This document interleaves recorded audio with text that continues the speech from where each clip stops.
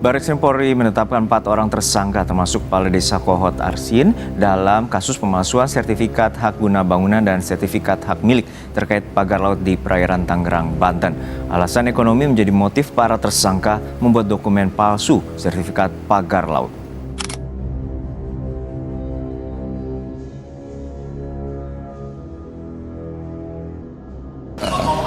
Itu bakal dipanggil nggak Pak nanti Pak dalam untuk apa dengannya?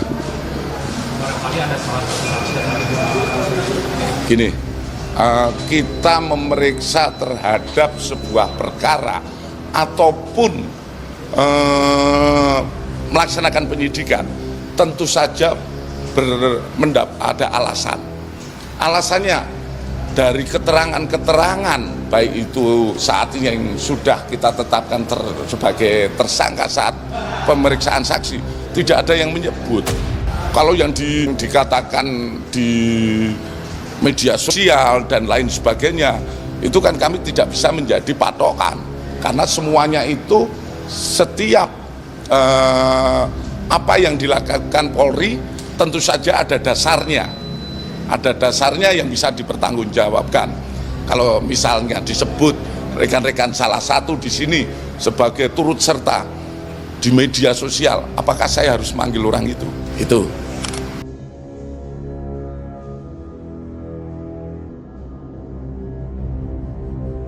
Pertama begini, ada seseorang yang menganggap dia hebat, yang bernama Aguan.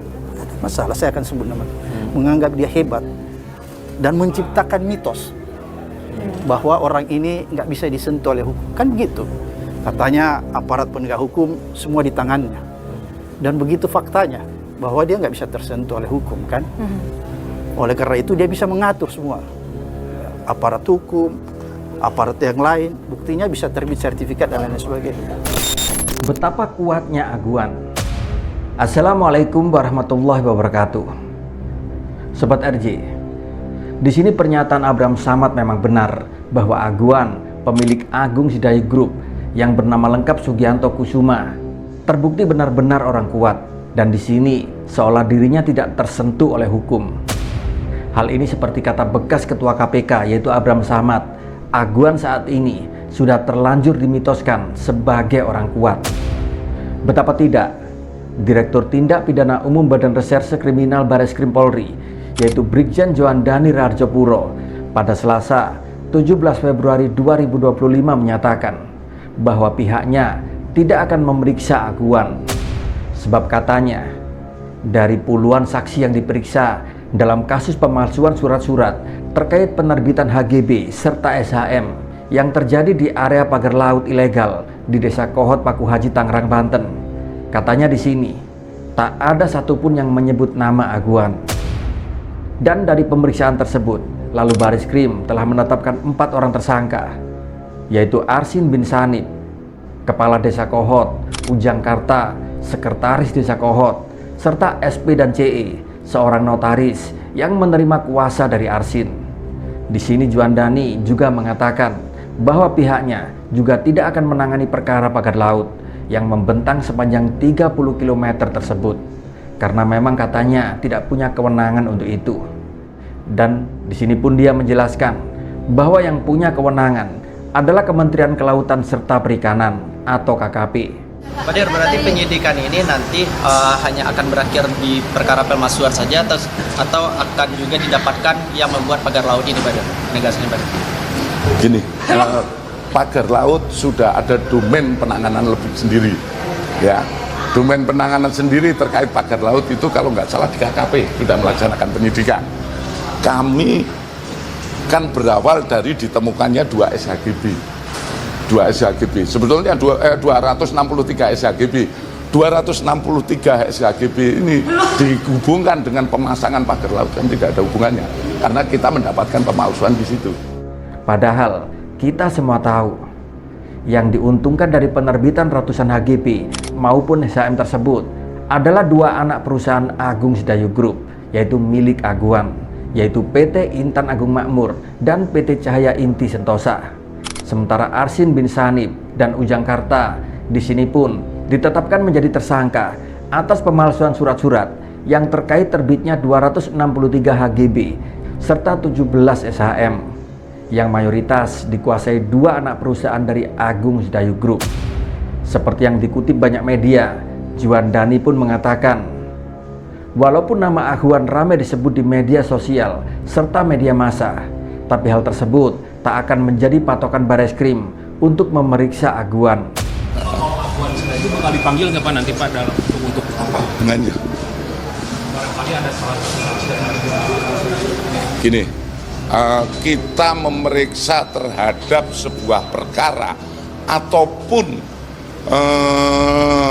melaksanakan penyidikan, tentu saja ada alasan. Alasannya dari keterangan-keterangan, baik itu saat ini yang sudah kita tetapkan sebagai tersangka saat pemeriksaan saksi, tidak ada yang menyebut. Kalau yang dikatakan di media sosial dan lain sebagainya, itu kan kami tidak bisa menjadi patokan, karena semuanya itu setiap apa yang dilakukan Polri tentu saja ada dasarnya yang bisa dipertanggungjawabkan. Kalau misalnya disebut rekan-rekan salah satu di sini sebagai turut serta di media sosial, apakah saya harus manggil orang itu? Itu. Dan atas pernyataan dari Bareskrim tersebut, di sini tentu saja pihak kepolisian tidak akan mengusut siapa pelaku serta dalang dari pemasangan pagar laut ilegal tersebut, karena hal tersebut memang bukan kewenangannya. Sedangkan di tempat lain, Menteri KKP Sakti Wahyu Trenggono sejauh ini pun seolah juga tak kunjung mengungkap siapa pelaku serta dalang di balik pagar laut. Padahal sih, pagar laut ilegal itulah yang menurut saya telah menjadi pangkal masalah, dan karena pagar laut ilegal inilah pun akhirnya terungkap atas perkara-perkara penerbitan ratusan HGB serta SHM. Sudah jelas-jelas timbul kebodohan, tidak ditemukan siapa penyebab munculnya bambu di tengah laut.